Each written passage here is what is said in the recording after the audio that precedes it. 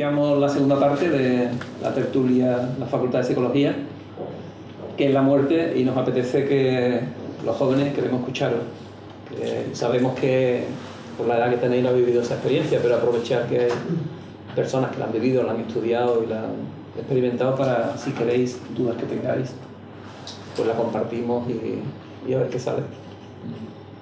A mí me gustaría saber si estas experiencias cercanas a la muerte, si hay testimonios de niños con experiencias cercanas a la muerte y cómo ellos lo explican, si lo explican de la misma manera que un adulto o lo explican de otra manera, porque creo que un niño no tiene todavía, digamos, habilidades o experiencias para llegar a contar eso con tanto detalle.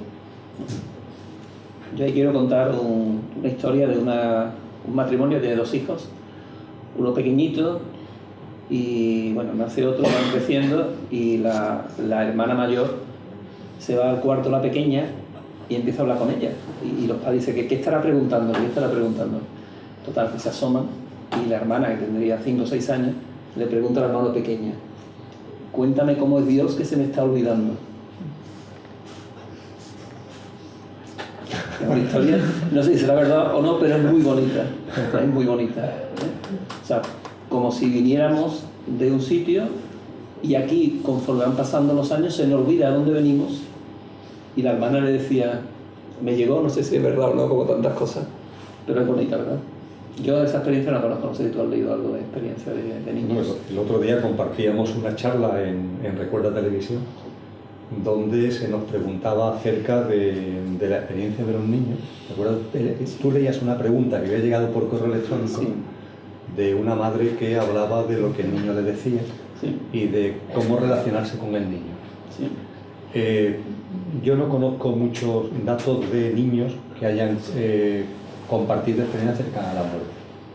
Además, lo entiendo en cuanto que creo que un pequeño que haya tenido esa experiencia no tiene los instrumentos, no tiene las habilidades como para comunicarlo, porque posiblemente lo viva de una forma mucho más natural, porque lo que yo he compartido es muy intelectual, es decir, aunque lo haya experienciado, yo he tenido que tirar mucho de mi intelecto para explicarlo, ¿no? No sé, el tema de las lentejas, pongamos por caso, a la hora de las figuras que tienes delante, que tienes que utilizar mucho el intelecto a la hora de compartirlo con los demás y que quieres de alguna forma comunicarlo a los otros. Un niño normalmente no tiene esos instrumentos, no tiene esas habilidades, ¿no? Es posible que la vivencia sea mucho más clara todavía que la que yo pude tener o otra gente, pero le falta, incluso le puede faltar lo más importante, y el interés por compartirlo. Pero en cualquier caso, lo que esta madre, a propósito de lo que esta madre en este programa de televisión compartía, recuerdo que lo que le comentábamos a la madre es lo siguiente. Pero la pregunta, repito un poco la pregunta era que el niño le preguntaba a la madre, un niño pequeño, 5 años, mamá, ¿qué es la muerte?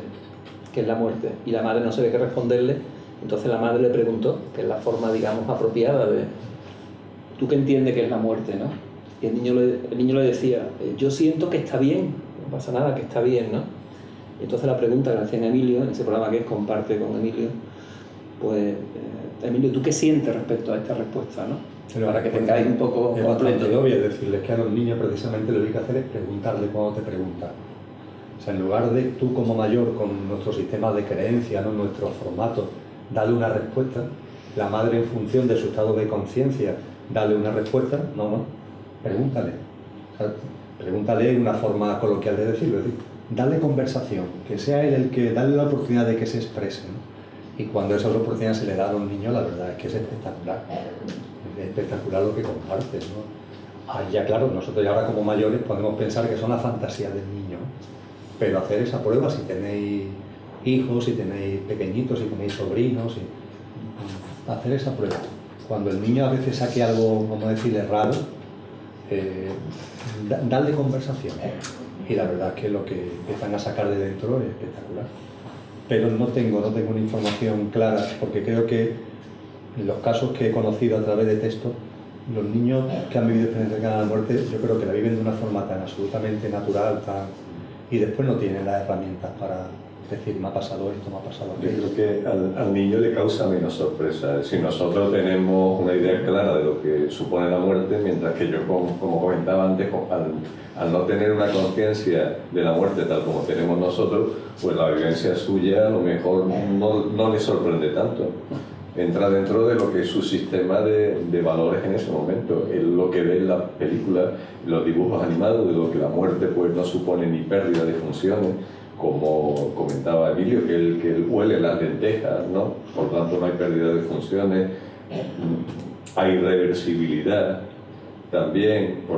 Para el niño lo ve en los dibujos animados y lo ve en las películas, con lo cual el que luego él vuelva, tampoco eso es llamativo. Por lo tanto, yo creo que en el sistema de valores del niño es menos chocante. A nosotros nos llamaría mucho más la atención. Yo ahí, si queréis, comparto mi experiencia con la muerte de mi hijo y la extiendo a los niños. Cuando un adulto muere y hace ese tránsito y va por ese túnel, ocurrió con mi mujer y ha ocurrido en esos casos que cuentan los libros. En algunos casos tiene la posibilidad de volver, me quedan cosas por hacer y tal, ¿no? Los niños que mueren muy pequeños, la experiencia más que del niño es de las personas que están alrededor. Por ejemplo, mi hijo vino a mi vida para mí, a morir, para ayudarme a mí a despertar. ¿Me explico? Entonces la muerte para ellos no es algo como una persona adulta, ¿no? Me queda algo por hacer, revives tu vida. Vienen a tener un mensaje, pero para los que estamos a su alrededor. Un niño tiene una enfermedad, es mi experiencia, que quiero compartirlo porque la sacas tú de un tema muy interesante. Perdona, si tú ibas a hablar también, comentar algo de niños. Bueno, en primer lugar, gracias por permitirme incorporarme al coloquio. Me llamo José Antonio, soy pedagogo recién graduado del año pasado, aunque tengo ya cierta edad, no es que haya repetido muchas veces por eso, sino que empecé ya de adulto, ¿no? Era una espina que tenía clavada y bueno, y además pedagogo especializado en psicología, ¿no? Siempre he cogido, estaba comentando a Alfredo que había elegido siempre pues, los temas, las asignaturas de psicología, ¿no? Bueno, por una parte contar alguna experiencia que no es muy relacionada con la muerte en sí, pero sí es una experiencia traumática, ¿no? Que tuve yo personalmente, y por otra parte intentar abrir o dejar ahí un debate también sobre el tema, bueno, pues que a mí me compete como pedagogo, ¿no? Un poco el tema de la educación con los niños, ¿no? En el tema de la muerte, ¿no? Yo hace 3 años tuve un accidente de tráfico. No fue tan espectacular como el tuyo, pero fue un accidente de estos que no sabes lo que te está pasando durante 2 o 3 segundos. Iba mi hija iba pues tenía 10 años entonces, iba al lado mía. A partir de, tú decías que los adolescentes, ¿no? Los niños adolescentes o en esa edad están muy alejados de lo que conciencialmente es la muerte porque no les interesa. Esto es lo contrario a la vida, que es lo que están pretendiendo vivir, ¿no?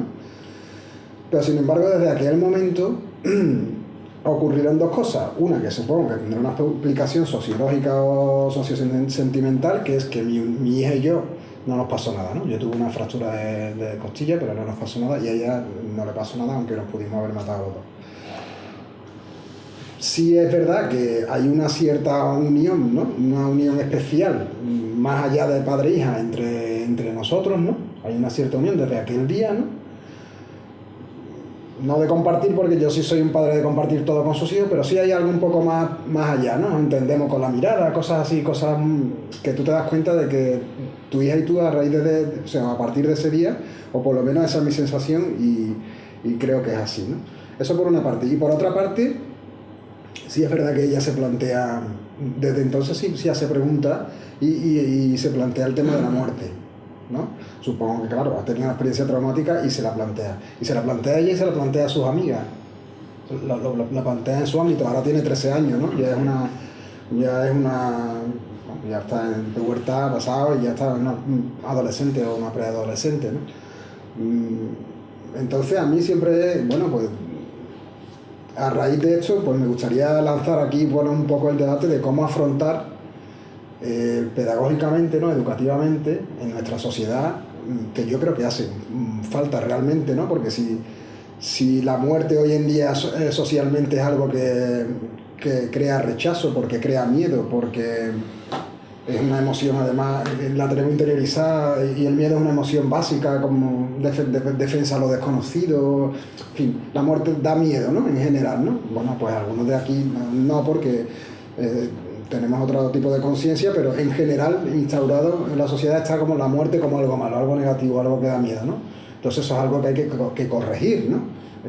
Según lo que hemos hablado anteriormente, ¿no?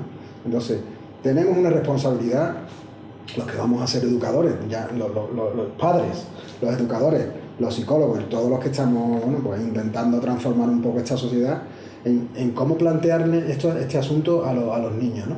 Tanto a los niños en edad temprana como a lo largo como a la adolescencia, como a nivel de la adolescencia, ¿no? Y yo pienso que Emilia ha dado la clave, ¿no? A los niños muchas veces se les enseña preguntándole a ellos mismos, ¿no? Que ellos mismos se autorrespondan, ¿no? Si un niño no conoce que hay cierto tipo de cultura que entiende la muerte como algo negativo, hasta que el niño no lo conozca no va a hablar de la muerte negativamente. Hasta que el niño no asuma eso o no interiorice eso. Yo, por ejemplo, mi padre murió hace 9 años y yo llevaba a mis hijos, mi padre estaba mal, estaba ya, bueno, yo siempre llevaba a los niños a los hospitales, y esos padres que dicen que no llevan a los niños a los hospitales porque se pueden contagiar, es que la enfermedad forma parte de la vida también. Y el estar en un hospital es un trauma, es algo, pero que también forma parte de la vida, de la normalidad de la vida. Y el que forma parte de esa familia, si quiere estar en la familia y compartir toda la familia, pues tiene que compartir lo bueno y lo malo, tenga la edad que tenga, al nivel que lo pueda compartir.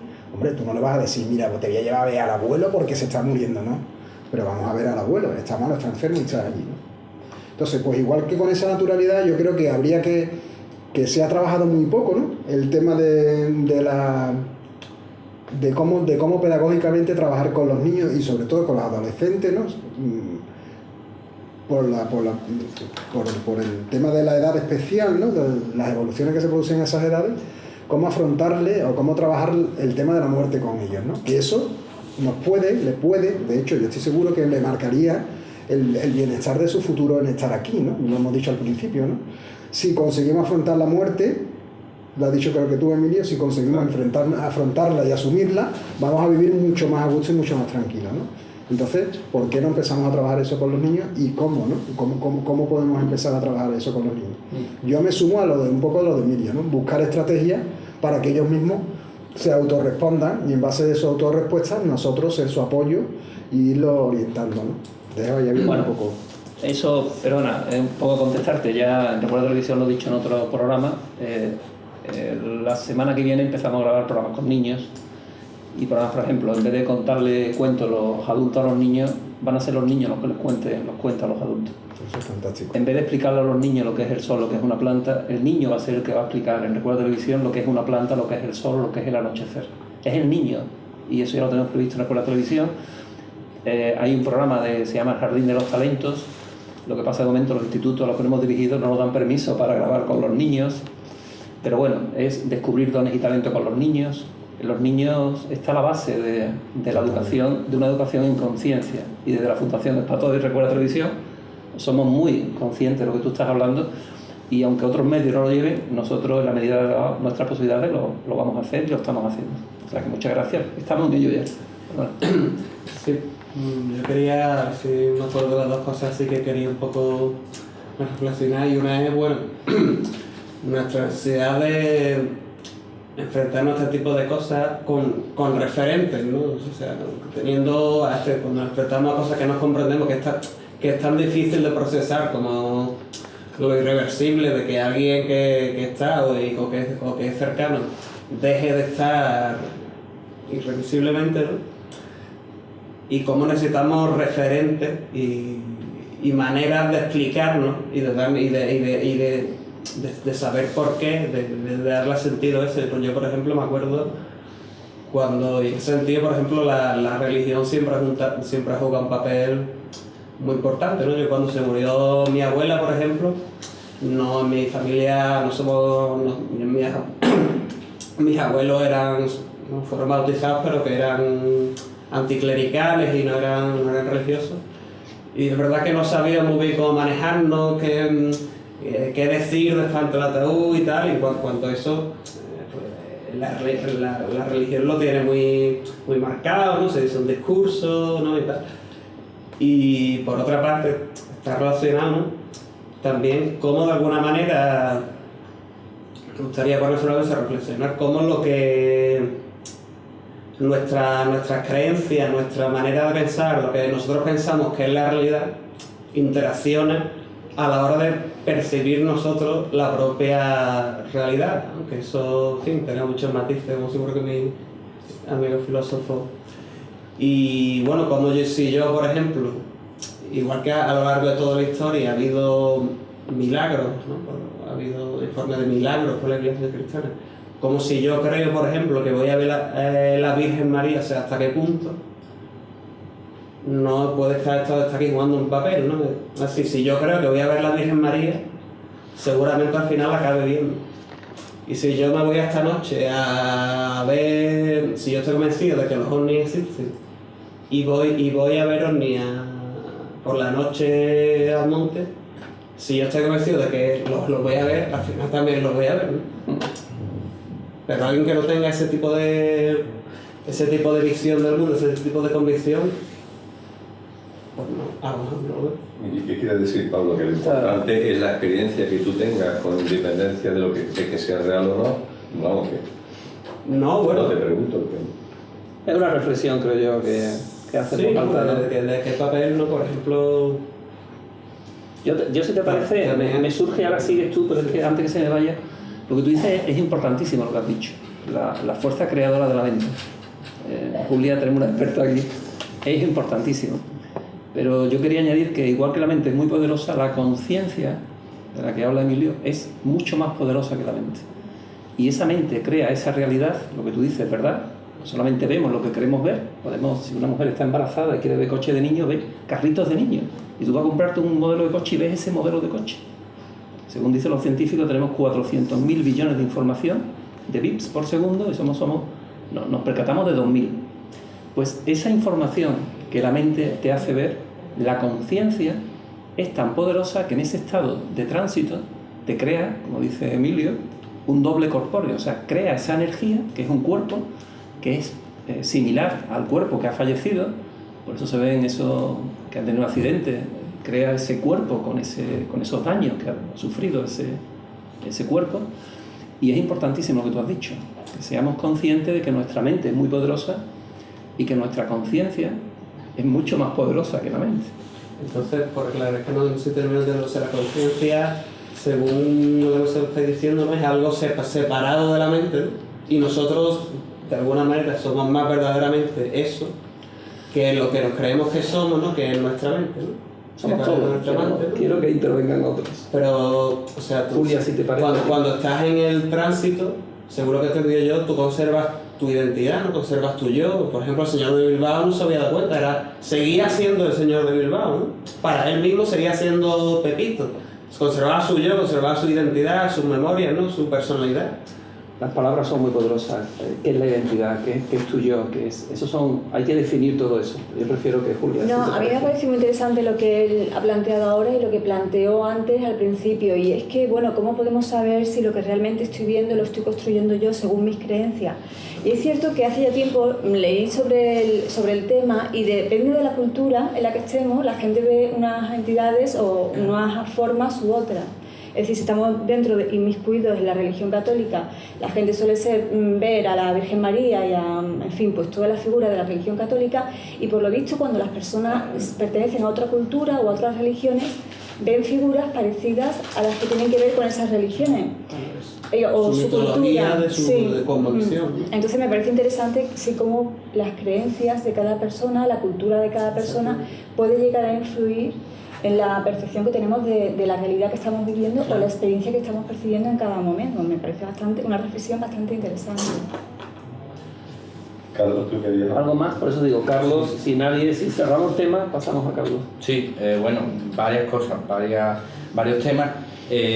Uno de los temas acerca de lo que tú dices de la conexión especial con tu hija después de la experiencia traumática, son temas que yo de alguna manera trabajo, porque yo trabajo mucho acerca de un concepto que se llama la intimidad, y la intimidad también intersubjetiva con otros. Es ese efecto del lenguaje, o esa doblez del lenguaje que no es totalmente explícita, en la que tú y yo no definimos de lo que estamos hablando, pero hay una especie de resonancia o de doblez que hace que tú y yo nos entendamos implícitamente con las cosas que decimos, como las decimos, sin necesidad de explicarlas. Ese tipo de fenómenos yo he observado que suelen ocurrir entre personas que han vivido una experiencia que, aunque se puede decir que es individual y personal, es una experiencia dual mística, es una experiencia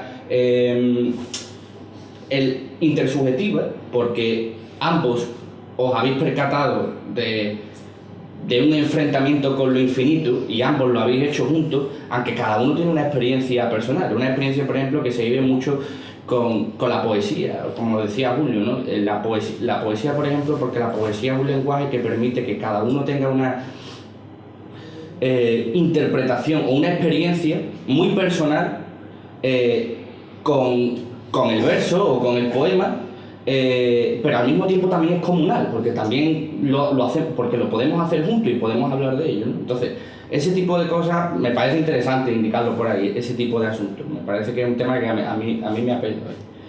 Después, por otra parte, me voy a poner un poco despersonalista, un poco... yo normalmente defiendo mucho la individualidad, defiendo mucho la libertad, defiendo mucho la experiencia personal. Pero aquí, como hablamos mucho de experiencias personales, voy a tener que ponerme un poquito en el bando contrario y voy a tener que hablar un poco de una cosa que la filosofía habla mucho en el siglo XX y en el siglo XXI, que son, digamos que, corrientes más contemporáneas que hablan más de fenómenos no personales o apersonales, que vienen mucho de la corriente nietzscheana, como es el tema de la genealogía.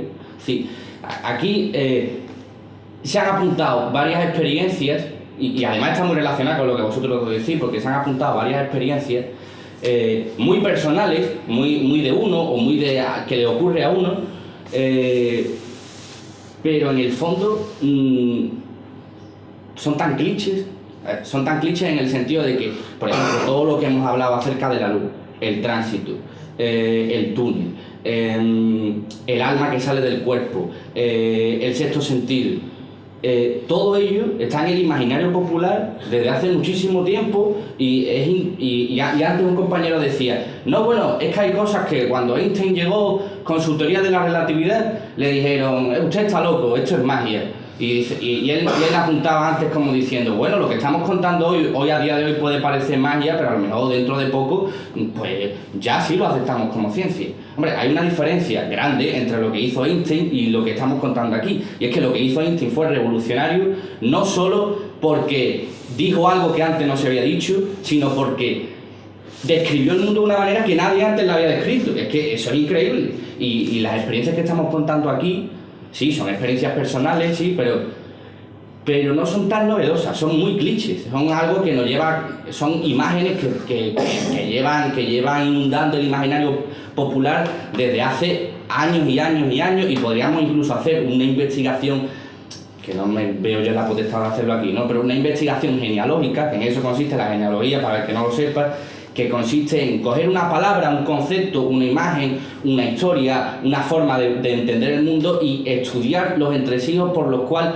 esa idea se ha generado, ¿no? O cómo se ha generado, cómo ha llegado hasta nosotros esa experiencia bajo ese símbolo o bajo esa imagen, bajo ese concepto. Y eso yo creo que es importante porque, bueno, que llama la atención, ¿no? Como decía Pablo y como decías tú, llama la atención que este tipo de experiencias, cuando las describamos o cuando utilizamos las herramientas que tenemos para describirlas, al final caemos siempre en clichés, caemos siempre en un imaginario popular muy de nuestra cultura, ¿no? Y yo, por ejemplo, estoy muy obsesionado con el tema de la novedad, entre otras cosas porque soy joven y entre otras cosas porque creo que soy moderno. Y los modernos, hablo de modernidad a partir de Descartes para adelante, por ser así un poco exacto, pero de Descartes para adelante, ¿no? En la modernidad, igual que las civilizaciones antiguas tenían una obsesión muy grande por el pasado, solamente hay que referirse, pero por ejemplo, aquí se puede ver, ¿no? Platón, por ejemplo, un tipo que toda su imagen y toda su simbología llevamos arrastrando todo este tiempo, hace todo este tipo de reflexiones acerca del alma antes de la vida carnal, la reminiscencia, el amor como reminiscencia, como recuerdo de algo que siempre éramos, pero que aquí en la vida se nos ha olvidado y tenemos que recordarlo, ¿no? Todo este tipo de cosas no son nuevas, vienen de Platón. Y es cierto que en la antigüedad hay una obsesión grande por la frase de todo tiempo pasado fue mejor. El hecho de que conforme vamos avanzando en la vida, todo se degrada, todo empeora, siempre lo anterior era mejor, y sin embargo en el mundo moderno tenemos una obsesión. Si todo tipo de mitología y todo tipo de cuentos siempre lo embarcamos más hacia la dirección del progreso, hacia la dirección del futuro, ¿no? Las últimas revoluciones, las últimas mitologías de historias de revoluciones marxistas, de revoluciones a partir de la Revolución Francesa, son siempre proyectos de progreso, ¿no? Incluso el capitalismo es un proyecto de progreso. Y eso es una cosa que deberíamos tenerla en cuenta, todo este tipo de cosas que estoy diciendo aquí, porque si estudiamos genealogía y indagamos un poco en los conceptos, nos vamos a dar cuenta que la mitad de las cosas que decimos y que vivimos en nuestra experiencia personal pues son heredadas, no somos tan poseedores de ellas, no nos pertenece tanto individualmente a nosotros como nos creemos, ¿no? O sí que nos pertenece, pero que no han nacido con nosotros y se van con nosotros y las vivimos nosotros, sino que es algo mucho más potente, es algo del imaginario colectivo, es algo que alimentamos no solo a nivel individual, sino también a nivel colectivo, ¿no? A nivel de civilización. Y eso es una cosa interesante a la hora también de plantear estos temas, porque a mí me interesa el tema de la novela y me interesa que cada vez que hablo con personas que me hablan de este tipo de experiencias, tiran mucho del cliché y tiran mucho de herramientas que son poco novedosas y atractivas estéticamente, porque lo atractivo estéticamente siempre es algo que no se ha hecho aún, ¿no? Y eso es interesante, creo. Lo que pasa es que he dado la vuelta a la tortilla y al final la muerte la ha dejado como un asunto anecdótico en todo lo que viene siendo la reflexión, ¿no? Pero bueno, la muerte también participa de todo este tipo de asuntos que a mí me gustaría que las personas no han intervenido todavía, María Ángeles, Rocío Poco, Julio, intervengáis un poquito más, porque hay personas que han intervenido unas cuantas veces y otras que no han intervenido, así que por favor, me gustaría además quiero escucharos. hacerlo ahora mismo si es posible. Claro, sí, pero por favor, en vez de hacer discursos más amplios, vamos a hacerlo un poquito más corto para que podamos todos intervenir. Vale. Bueno, yo lo que diría es que, aunque, claro, además es eso, se trata de que hay una iconografía cultural que de repente en un momento traumático se nos presenta intentando volverlo un poco a la muerte, y es cierto que es un cliché, tal vez. Mi abuela es una señora que ella se llama a sí misma religiosa, pero yo creo que es mística. O sea, es una señora supersticiosa. Ella cree que yo apruebo mis exámenes porque ella va a una peña. Entonces, pero esta mujer, mi abuela, también se refiere a esa clase de experiencia. A mí me interesa en qué sentido lo que se viene contando aquí supone un espacio, una estructura que más allá de la película, no me refiero a la película, sino al recubrimiento, que sea una historieta, que sean entes de luz, que sean ángeles, que haya una virgen.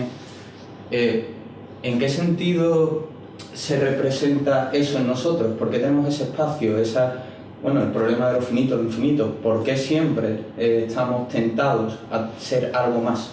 A que haya un tránsito, a que luego haya un espacio de luz, etc.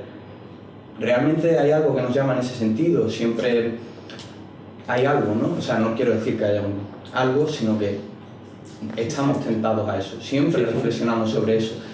Yo lo que decía en la presentación era que justamente en mi casa ahora mismo estos años se vive ese clima de que parece que la señora de la guadaña vive encima, y no lo sé, se nota mucho. Yo, por ejemplo, mi horizonte profesional me lo planteo en base a, bueno, ¿y qué caras me importa? Yo ahora mismo, ¿qué importa lo que haga si no va a haber luego un entre, ¿no?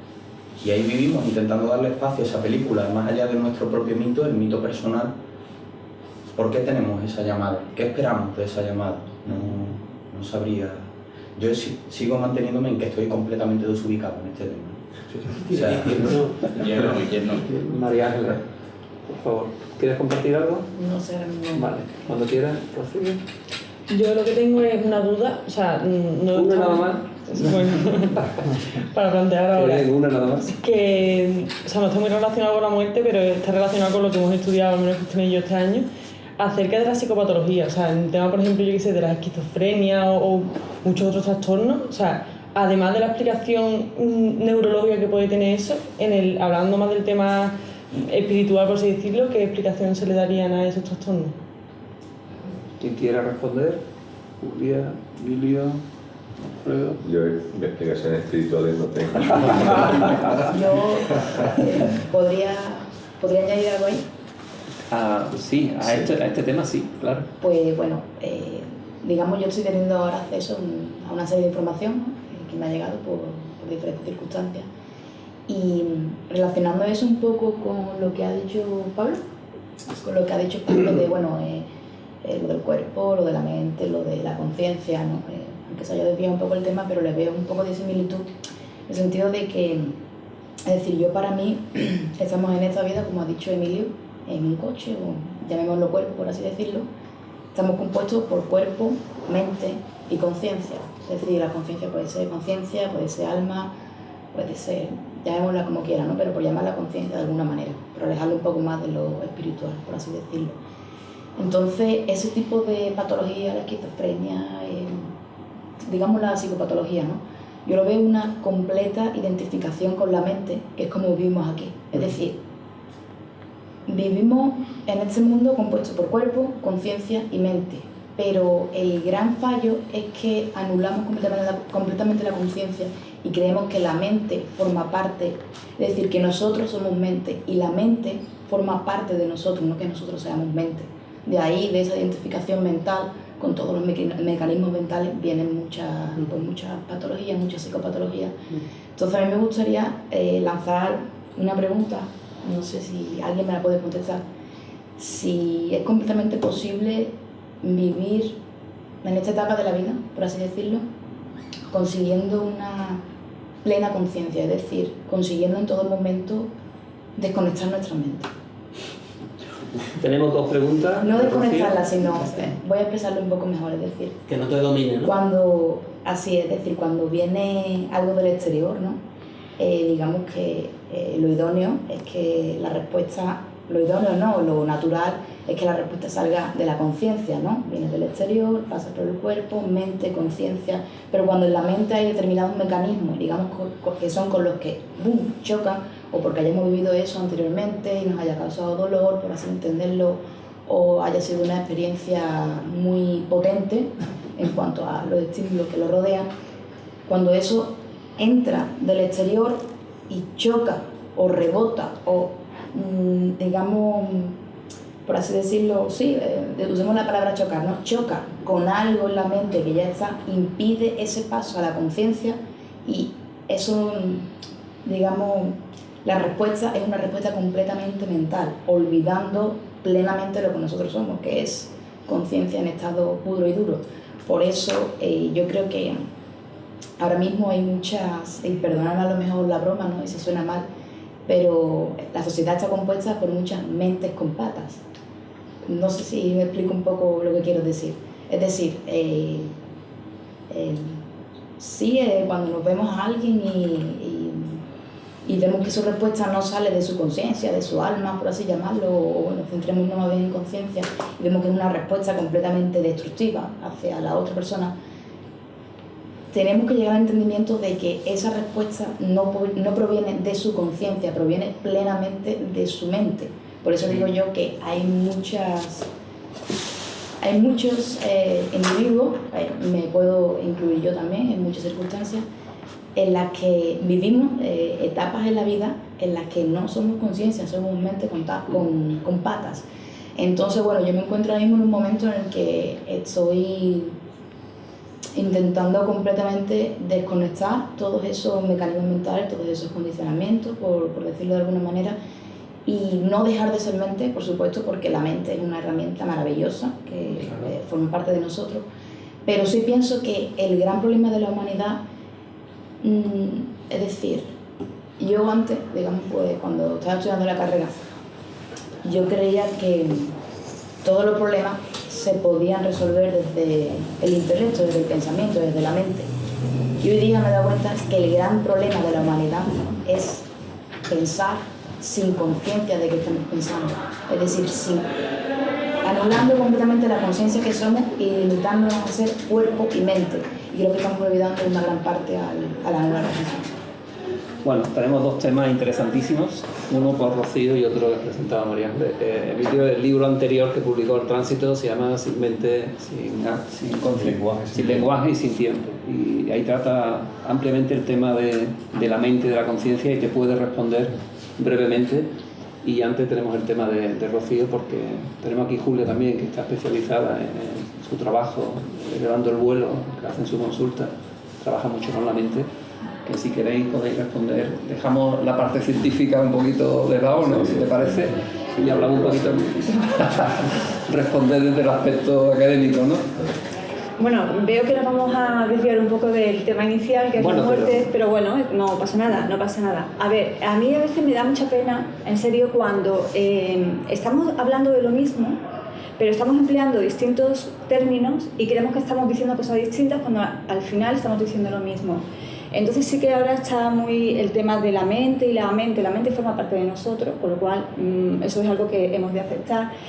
A mí me gusta trabajar con los pensamientos y con la capacidad de pensar. Entonces sí que veo muy interesante para el ser humano la educación del pensamiento. Es decir, todos somos muy educados porque a todos nos han educado socialmente a adaptarnos a determinadas normas sociales, determinadas normas de convivencia y todo eso está perfecto.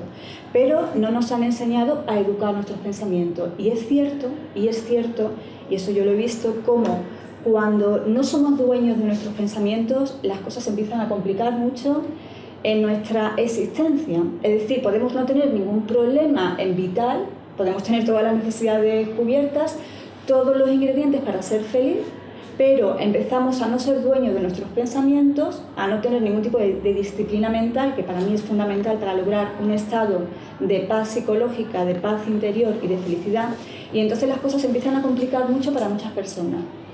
Y eso ya lo hemos hablado otras veces en otros programas, pero es cierto que la mayor parte del sufrimiento que podemos ver hoy en día no tiene tanto que ver, aunque sí, en otros países probablemente sí, con las condiciones físicas, de deterioro físico, de precariedad.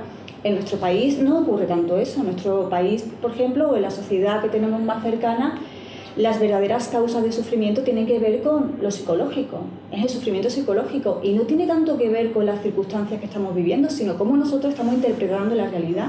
Con lo cual, o conoces muy bien tu mente y sabes manejarla muy bien, o puedes estar sufriendo mucho. Y yo veo mucho sufrimiento por el tema de que las personas se identifican mucho con sus pensamientos. A ver, ni tú ni yo somos nuestros pensamientos. Nuestros pensamientos es una parte de nosotros. Sería como un sistema operativo, un procesamiento de texto, y el texto pues sería el pensamiento, ¿no? Por poner así ejemplos con los ordenadores. Y entonces sí que es verdad que mucha parte del sufrimiento que veo cotidianamente tiene que ver con que las personas no son dueñas de sus pensamientos, y entonces empiezan a generar pensamientos y a repetir determinados tipos de pensamientos y se convierten en automatismos, se convierten simplemente en respuestas automáticas, y eso hace sufrir mucho a la gente, porque al final acabas con un autoconcepto y con una forma de reaccionar ante lo que te ocurre que te puede llevar a un estado de mucha paz interior o a mucho sufrimiento y a muchos problemas de convivencia y en las interacciones con los demás. Entonces sí que me parece un tema para mí vital. De hecho, yo me dedico a eso. Elevando el vuelo tiene mucho que ver con la educación del pensamiento y el uso eficiente de la capacidad de pensar y de las capacidades que tenemos como seres humanos, y sí que es un tema bastante importante. Y trabajas con terapia racional emotiva, ¿no? A mí no me gusta llamarlo terapia, fíjate, me gusta más llamarlo entrenamiento. Me gusta llamarlo entrenamiento, sí. Y tiene que ver con la educación del pensamiento, con la educación de la imaginación también, porque es una capacidad que tiene el ser humano, la capacidad de imaginar. Y si no sabemos usar la imaginación, pues podemos acabar sufriendo bastante. Y si sabemos usar la imaginación, pues podemos conseguir grandes cosas y podemos desarrollar la creatividad y bueno, gracias al buen uso que se hacen de la capacidad de pensar y de la capacidad de imaginar, por supuesto, efectivamente, ese es el objetivo último. lo acabas de clavar. Ese es el objetivo último, ser libres. Me gustaría que Emilio contestara, María Ángeles, respecto a ¿se puede vivir en conciencia? Por resumir un poco tu pregunta. Que no era fácil resumirla. Bueno, pero fíjate que fácil es así, ¿no? Sí, tanto a María Ángeles como a Rocío, ¿no? Claro, Rocío también dejó planteado el tema de la esquizofrenia y tal, que bueno. Y además voy a hacer mención a dos programas de Recuerda, para de esa forma ser mucho más sintético, porque me voy a referir a ellos como forma donde he tenido un foro para compartir sobre ambos temas largos. No hago ninguna distinción entre enfermedades físicas y psíquicas. Y es más, mi discernimiento y mi experiencia es que la enfermedad no existe. No hay enfermedad. No hay muerte, la muerte es un invento, y la enfermedad no existe. Jamás enfermamos, nunca. Como mucho, nuestro coche tiene averías. Yo jamás enfermaré, de la misma forma que jamás moriré. Si a mí me dicen, tienes cáncer, que me lo han dicho por cierto en aquel momento posterior a la experiencia cercana a la muerte, yo no tengo cáncer. Será el coche el que tenga cáncer, yo no. Es más, cuando el coche tiene un síntoma psíquico o físico que denominamos enfermedad, realmente eso es simplemente una manifestación exterior. Yo hablo del iceberg, que tiene una parte interior que no se ve porque está debajo del agua, y una pequeña parte, la punta, que es la que se ve porque está por encima del agua. Nosotros vemos que el iceberg se deshiela porque la punta chorrea agua, pero la causa del deshielo del iceberg está por debajo del agua.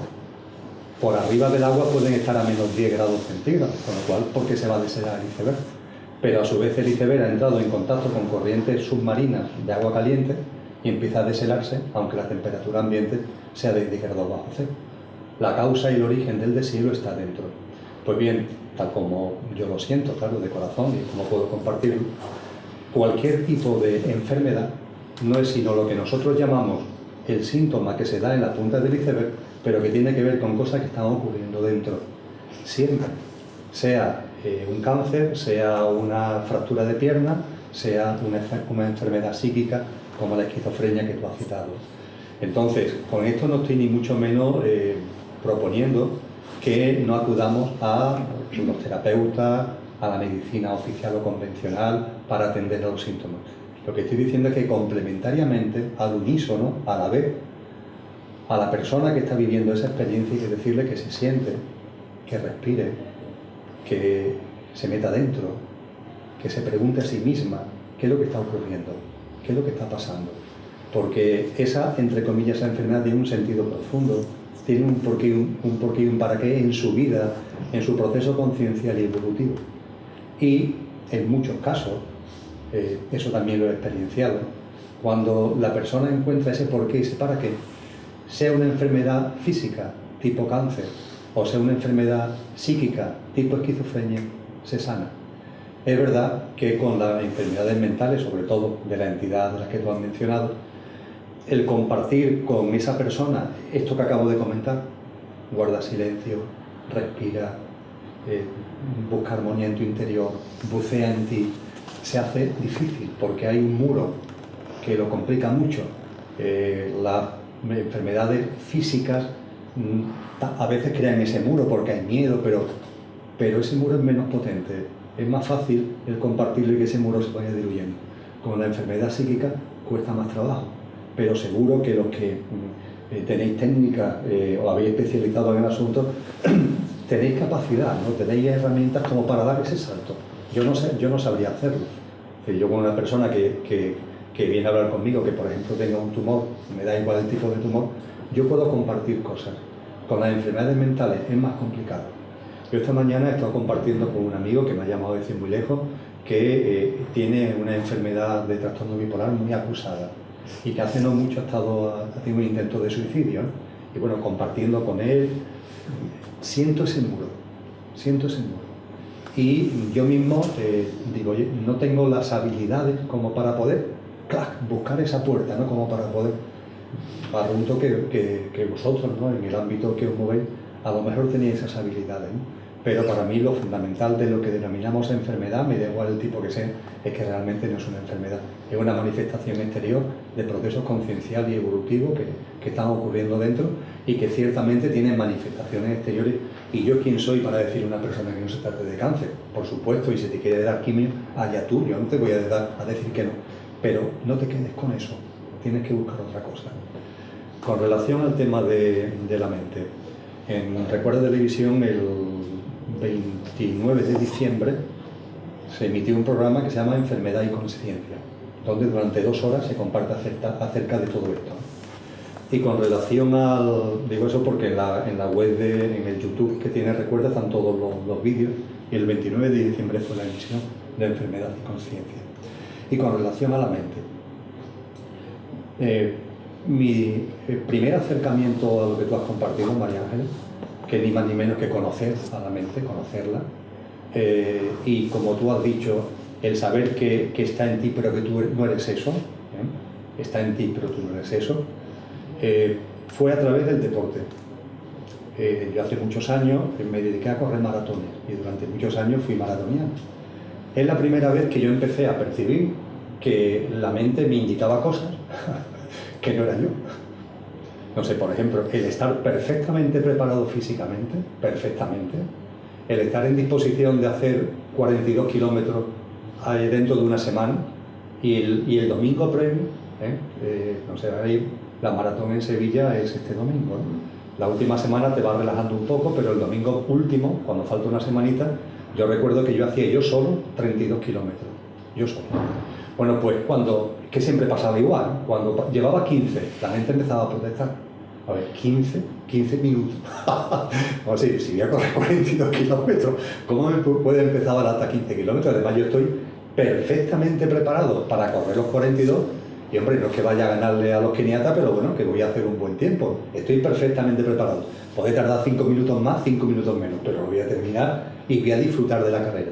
Oye, pues la mente, yo llegué a conocerla de modo y manera que llevaba, no estoy bromeando, ¿eh? En las carzonas me metía 2 o 3 galletas, porque ya sabía en los minutos que me iba a empezar a protestar. En el 17, en el 43, a la hora y 13, a la hora y 52. Y entonces lo que hacía cuando empezaba a aparecer la protesta era coger una galleta y me comía media galleta. Y de esa forma es como si me diera una satisfacción para que ya la mente, ¿no? Es una cosa muy rara, ¿no? Ahí fue mi primera experiencia, mucho antes de que empezara a entrar en temas concienciales y espirituales, que eso fue fundamentalmente a partir del año 2000. Después ya en el 2002 tuve lesiones de rodilla y tuve que dejar de correr. Lo que ha sido mi experiencia desde entonces para acá. Para mí ha sido muy importante la meditación, como lo ha sido y lo es, muy importante.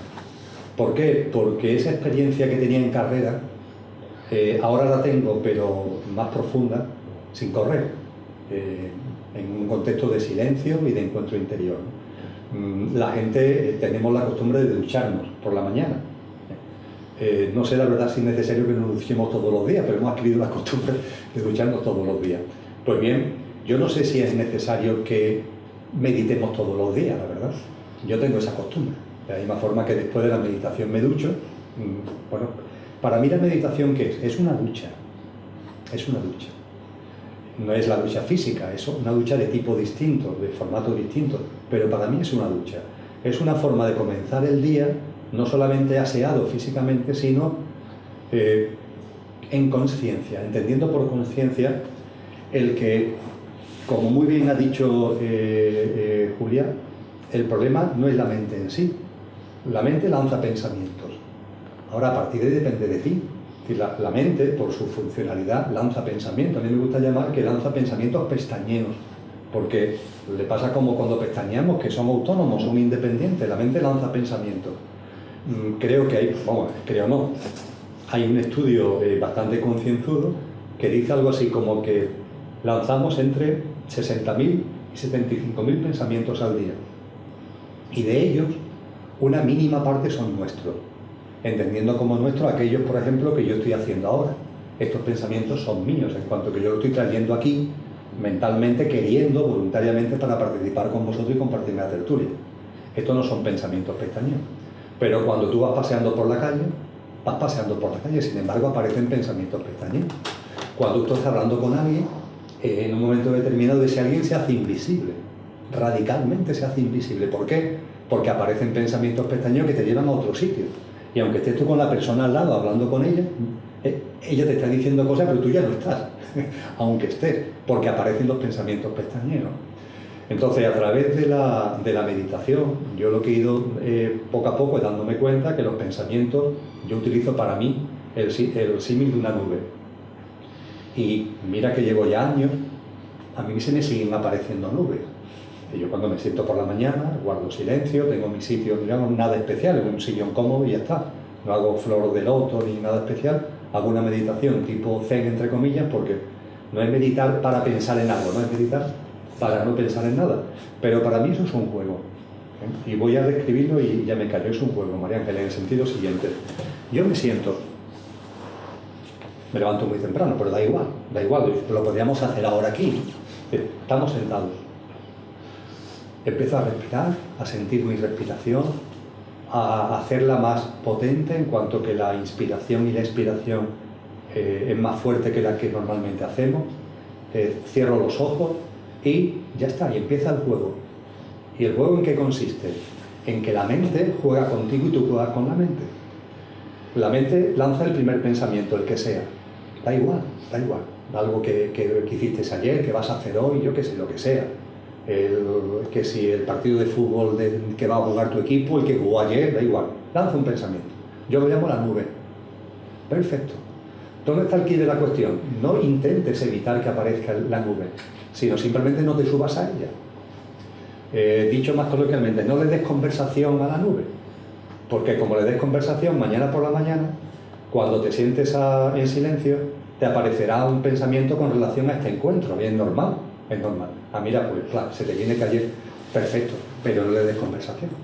Dale conversación, ¿qué significa? Bueno, pues por ejemplo, que yo dentro del contexto en el que estamos aquí, me acuerdo de ti, y al acordarme de ti me acuerdo de un amigo común, nuestro amigo Cristóbal. Al acordarme de Cristóbal, recuerdo que cuando Cristóbal trabajaba en Diputación, al acordarme de que Cristóbal trabajaba en la Diputación de Sevilla, me viene a la cabeza un tema de la Diputación de Sevilla en la que trabajo yo, que es un tema relacionado con mi trabajo, lo cual me lleva a pensar en un ayuntamiento que es el que no ha planteado el problema, que es el ayuntamiento, yo que sé, de Algámita, que tiene un problema porque se ha quedado sin secretario interventor. Y el pensamiento de Algámita me hace pensar en el Peñón de Algámita y que hace mucho tiempo que no voy a la Sierra Sur a disfrutar de lo bonito que es aquella. Eso es subirse a la nube. Empiezas con la tertulia y estás en el Peñón de Algámita. Eso es subirse a la nube. Entonces, aparece la nube. Perfecto, la mente se agobia. No te agobies, es normal que la mente lance pensamientos, pero no te subas a la nube. No te subes a la nube, no te preocupes, si es que la mente va a lanzar otro. Yo digo, que me subo a la nube, un punto para la mente. Que no me subo a la nube, un punto para mí. Que me subo a la nube, 1-0 para la mente. Que no me subo a la nube, 1-0 para mí. Sigue el juego, la mente es juguetona, te lanza otra nube, otro pensamiento. Bueno, pues exactamente igual, te subes o no te subes. Y a partir de ahí te vas dando cuenta de que las nubes van como si fueran vagones de un tren. Una detrás de otra. Pero en la medida en la que no te vas subiendo, es como si se fueran abriendo espacios entre los vagones. Y hay un momento, o puede haber un momento, en el que desaparecen las nubes. Yo lo llamo el cielo azul. Van creando espacios donde hay cielo azul y hay momentos donde ya hay mucho espacio entre nube y nube. Lo más prodigioso de esta experiencia es que cuando esto ocurre, no se puede intelectualizar, porque como ahí no hay mente, tú no puedes decir cuánto tiempo ha estado en consciencia, entendiendo consciencia la ausencia de pensamiento y ese espacio que hay entre nubes. No lo puedes decir. Lo único es que sé que yo pongo la alarma porque yo tengo actividad laboral y si estoy meditando 1 hora y 30, oye, ya ha pasado la hora y 30. ¿Cuántos pensamientos? Cuando iba a 3-0, ya no me acuerdo de nada más. Y no es que me haya dormido, sino simplemente que ya está. Y al no ver mente, ya no hay. Cuando esto se narra a su vez, la mente, que es muy juguetona, le da la vuelta, ¿no? Y entonces te entra el agobio. Que me hagan a la mente, que me siento a meditar, como dice la gente, y es que, oye, una nube, otra nube, millón, que es que yo no sirvo para meditar. Y entonces ya cuando, claro, me entran ganas de reírme a carcajadas con el mayor respeto a la persona. Porque, y ahí ahora os cuento el final del juego, uno siempre gana. Cuando he dicho que la mente te va ganando 1-0, tú vas ganando, es una mentirijilla. lo daba para darle gracias a lo que estaba diciendo. Tú siempre ganas. ¿Por qué? Porque cuando tú practicas esto, da igual que te subas a la nube o que no te subas a la nube, da igual. Con esta práctica lo que te das cuenta es de que la mente es una cosa, los pensamientos son una cosa y tú eres otra. Eso es lo que te das cuenta. Y ya está. Y a partir de ahí, eso es una experiencia tan inefable, una experiencia tan... Vamos, no es extraordinaria, yo diría ordinaria. Es muy normal, aunque no sea frecuente, que hace que las cosas ya empiecen a ser muy distintas. Y claro, a partir de ahí, eso no se queda en la hora, 20 minutos u hora y media que tú lo hagas por la mañana, sino que en el día a día está presente.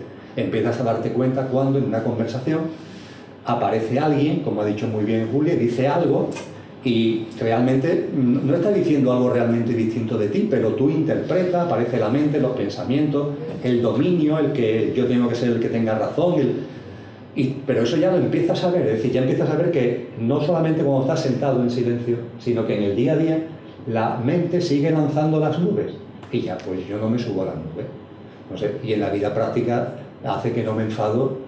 Yo no me acuerdo ya, no sé el último vez que me enfadé, porque ¿cómo me voy a enfadar? Si es absurdo, ¿de qué me voy a enfadar? ¿Por qué? ¿Y para qué? Es decir, es imposible, me di cuenta que todo ese tipo de reacciones son pensamientos que no son míos, y una vez que me di cuenta que no son míos, que surgen en mí, no me agobio, no me rasgo la vestidura, ¿no? Ya está, tranquilidad. Eso que comenta Emilio lo describe mucho. Los psicólogos ya, yo no trabajo a nivel clínico, pero se está empezando a utilizar mucho la meditación de mindfulness, sobre todo por problemas emocionales. Pues ¿por qué? Pues porque de alguna manera lo que tú estás llamando los pensamientos, pues acarrear emociones, traen consigo emociones. En el momento en que tú eres capaz de controlar tus pensamientos y de meditar durante mucho tiempo, regulas de una manera mucho más clara tus emociones. Entonces, el otro día precisamente un compañero de aquí que lleva muchos años haciendo tai chi, me parece que al fin y al cabo la base es muy parecida, unos movimientos, pero el origen es el mismo. Y me comentó exactamente eso mismo. Me decía, hostia, Alfredo, es que me di cuenta de antes iba yo con el coche, claro, o iba por la calle y escuchaba gente peleando, o me pita y es que me da igual todo. Es que me resbala por completo, es decir, no me entero para nada, y de verdad, lo estoy notando de una forma muy clara. Es verdad que lleva mucho tiempo, incluso con un maestro japonés, y yo creo que cada vez vamos a empezar a utilizar mucho más la meditación.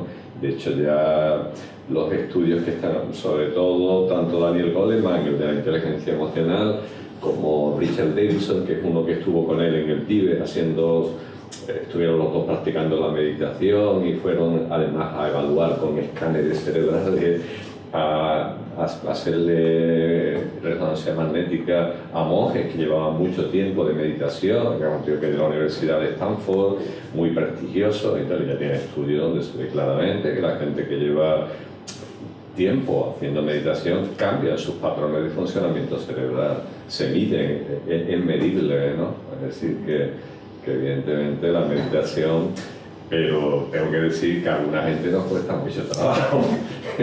Bueno, estamos en la tertulia que es la muerte. Sí. Tenemos dos intervenciones, Antonio y Julio. No sé si queréis intervenir respecto a lo que planteaba María Ángeles y Rocío, o son temas nuevos. Sí, no, la verdad es que... Porque estás tú delante y después tú quieres hablar algo respecto a ellas, o el tema nuevo. Pero que yo lo que iba a decir es simplemente que cuando estamos hablando de esto, intentando volver un poco a lo de la muerte, esto a raíz de la pregunta de ellos. Pues sí, pregunta. Tú es nuevo el tema. Sí. Vale. Entonces, simplemente que cuando vosotros que habéis tenido esas experiencias, es una pregunta personal a raíz de la respuesta, lo que veo es que, y aunque pueda parecer una pregunta escéptica, no lo es una pregunta curiosa. Siempre parece justificado, por ejemplo, se me ocurrió cuando, si tienes un esguince, una enfermedad, tal, siempre tienes una especie como de justificación en el mundo interior, no sé cómo llamarlo, en esa otra.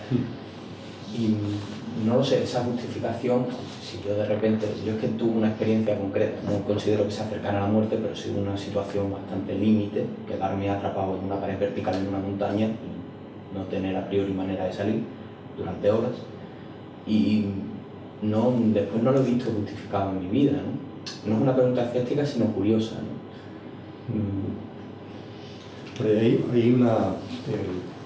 tal como lo percibo, yo no hago una relación exacta entre un tipo de enfermedad, pongamos por caso, una fractura de rodilla, un tumor de pulmón, una diabetes, un dolor de oído. Hay gente que en su compartir y en su sentir hace un catálogo, que incluso tienen protocolarizado, es un protocolo. Si te duele el oído izquierdo, significa que interiormente lo que te está ocurriendo es tal cosa, que se manifiesta con un síntoma de dolor en el oído izquierdo. Pero si lo que te duele es la mano de aquí, del dedo, pues esto significa otra cosa. Yo eso no lo siento. Lo respeto, por supuesto, no lo pongo en soza. Cuando una persona lo comparte es porque ya lo está viendo así, pero yo eso no lo siento. Yo lo único que puedo compartir es el que tú contigo mismo lo busques. Y en esa búsqueda yo tengo la certeza personal y compartida de que se encuentran. Pero en ti. No estoy tanto en el formato de irte a un libro y ver la tabla y a partir de ahí, que puede ser, pero yo así no lo sé.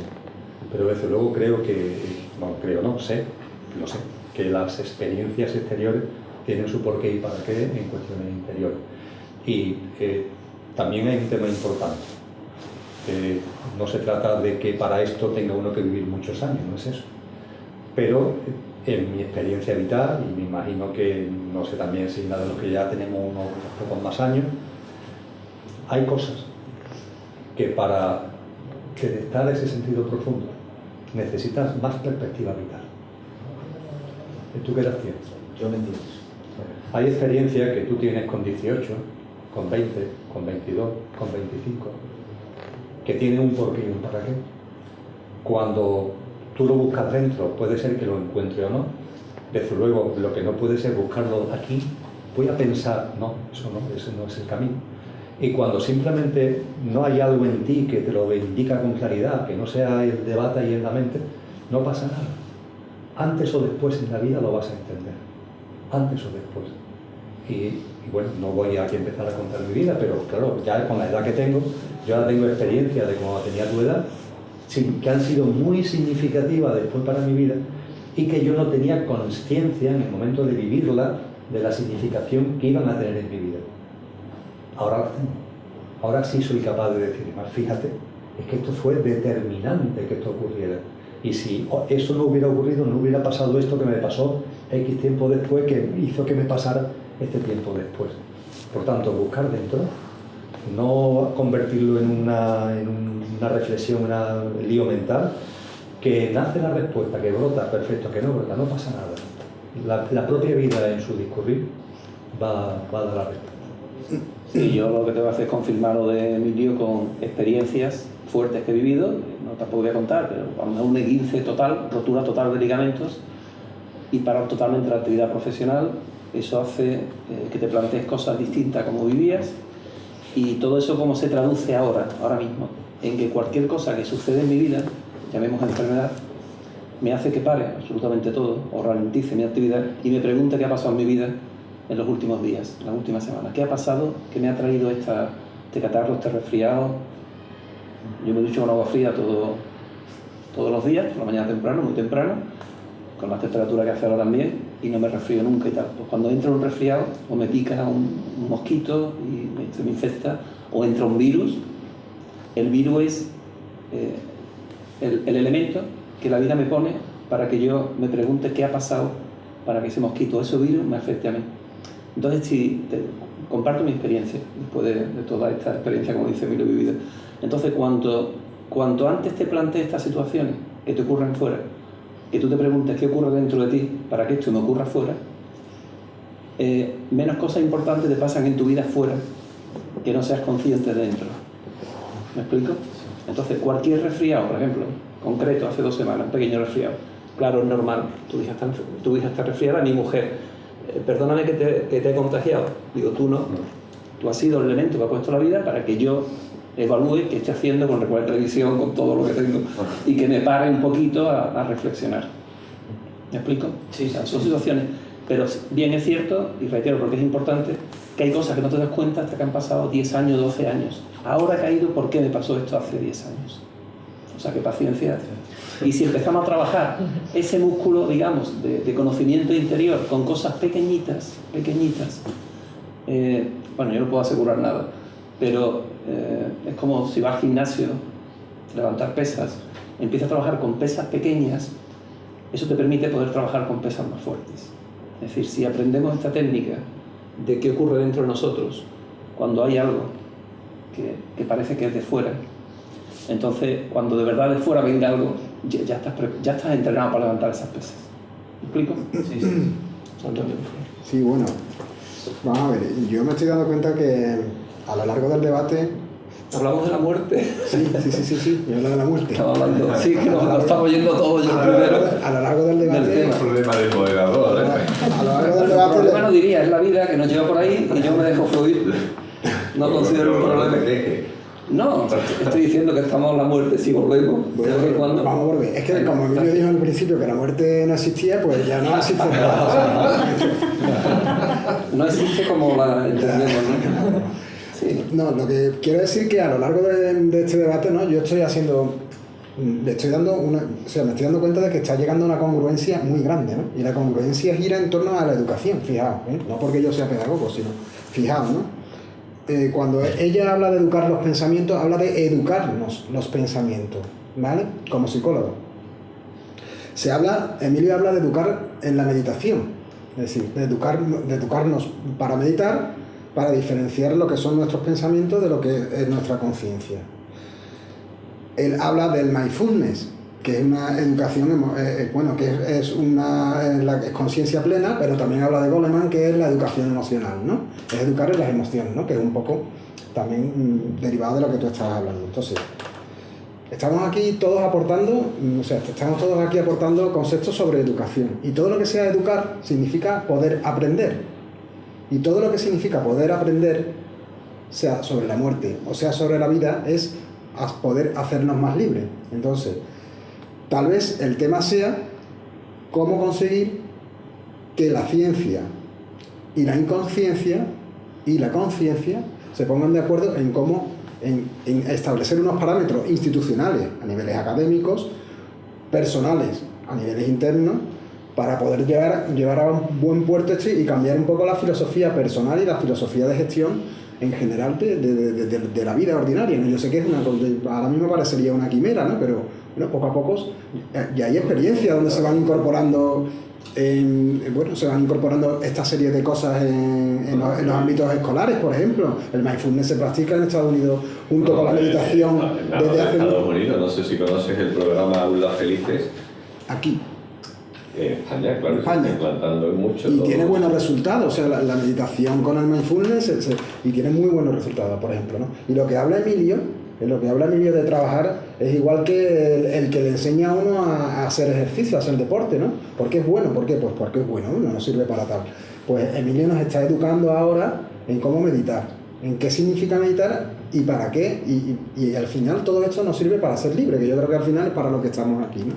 Entonces, bueno, es un poco hacer una conclusión, darle un poco congruencia a todo, incluso a lo que ellos decían, ¿no? El por qué da igual que sea novedoso o no sea novedoso las experiencias que se han contado, son las que son, y el debate le da sentido eso, le da sentido el por qué.